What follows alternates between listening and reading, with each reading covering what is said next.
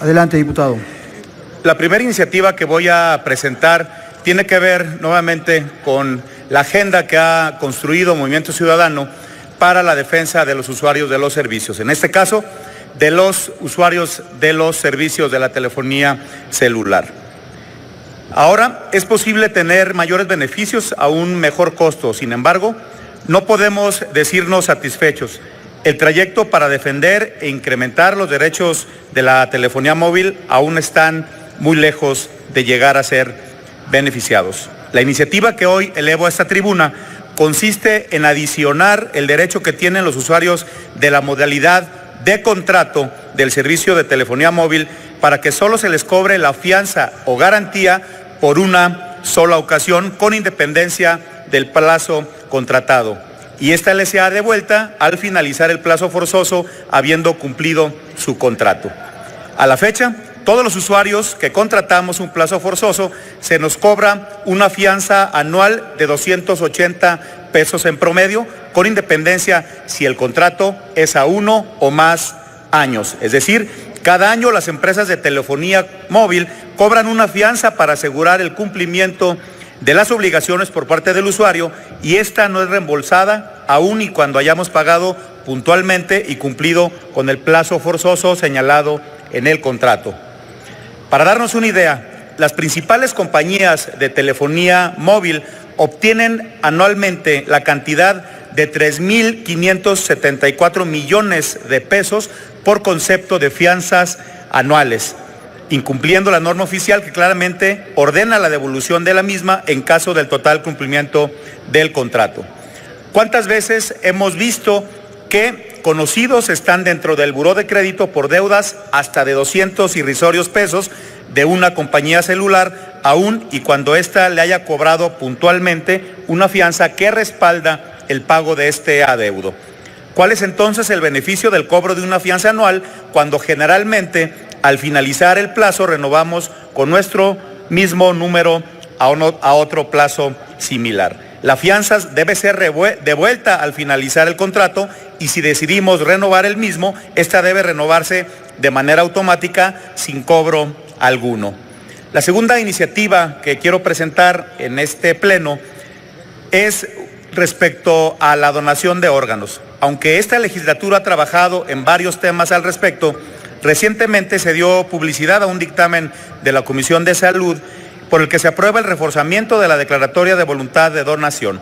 Sin embargo, consideramos que esta propuesta debe estar acompañada con el fortalecimiento de las instituciones encargadas del tema, así como de los documentos que faciliten la manifestación de voluntad del donante. Estoy cierto que es necesario reforzar e incrementar las facultades del Centro Nacional de Trasplantes para que en la práctica se convierta en el ente rector sobre esta materia, que dirija, coordine y además regule.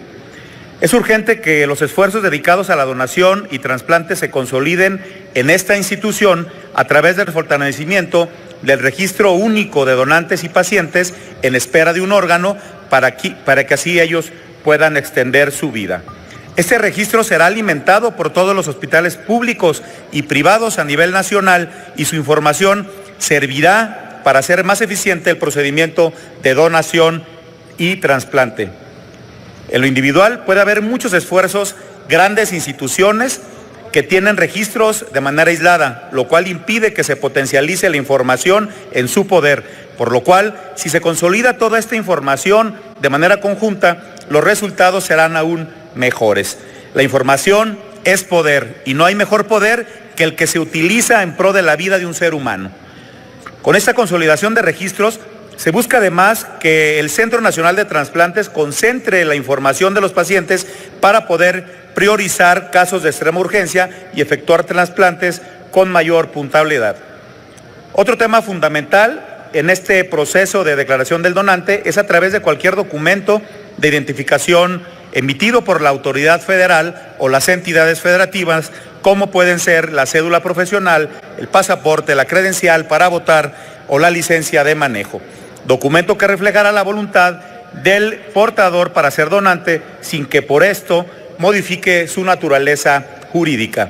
Con esta iniciativa buscamos universalizar la declaración de ser donante en cada una de las identificaciones que traemos siempre en nuestras carteras o en nuestros bolsos, sin que un tercer familiar pueda oponerse a la decisión de la persona de disponer de sus órganos. Con estas modificaciones, además, esta soberanía combatirá la comercialización ilegal de órganos en nuestro país. Por último, quiero presentar una iniciativa rápidamente que tiene que ver con una reforma a la ley de expropiaciones. No se puede entender que el desarrollo de nuestro país sin las expropiaciones. Esto no es una acción del Estado de privar a una persona de la titularidad de un bien o un derecho a cambio de una indemnización. Sin embargo, son las indemnizaciones el gran adeudo del Estado mexicano con aquellos que sufrieron en su patrimonio una acción de expropiación. Grandes ciudades y grandes metrópolis han crecido a costas de los ejidos y de la propiedad social que ni siquiera se han visto beneficiados con el progreso de las ciudades. Porque la mayoría de las expropiaciones que se realizan en tierras de propiedad social, donde la población desconoce cómo defender sus derechos y cómo exigir el pago justo cuando no les queda más que resignarse, es a perder este patrimonio. El gobierno federal no ha cumplido su parte en indemnizar a los ejidos a los que en aras del desarrollo nacional han sido arrebatados tierras que ancestralmente le fueron otorgadas y de las cuales han sido propietarios. El Ejecutivo utiliza la figura jurídica de la expropiación para causas de utilidad pública y en beneficio de las mayorías. Sin embargo, la ley de expropiación no garantiza el pleno respeto a los derechos humanos de los legítimos propietarios de la tierra. Cada año, manifestaciones sociales nos recuerdan el nulo pago de las tierras que hoy ocupan aeropuertos, presas, autopistas concesionadas, carreteras federales y obras de infraestructura, que sin lugar a dudas son indispensables para el progreso y crecimiento del país, pero no podemos enorgullecernos cuando el progreso no es parejo y va acompañado de injusticias y atropellos permanentes a los derechos humanos. La ley de expropiación no está a la altura de las exigencias de la sociedad. Es letra muerta en los ejidos que durante décadas han luchado por el pago justo de sus tierras y que significan un progreso y riquezas para unos cuantos, menos para ellos. Al amparo de las expropiaciones, grandes especuladores se han hecho millonarios a costa del despojo de los mexicanos que no son respetados por el gobierno federal. La propuesta que hoy vengo a compartir, y con esto concluyo, no va en contra de las explicaciones. No nos oponemos a esta figura que desde luego es muy importante para consolidar el desarrollo del país. Nos oponemos a los abusos que permanentemente ha hecho el gobierno federal, a los despojos y a las injusticias de varias generaciones de mexicanos que han sufrido de estos despojos.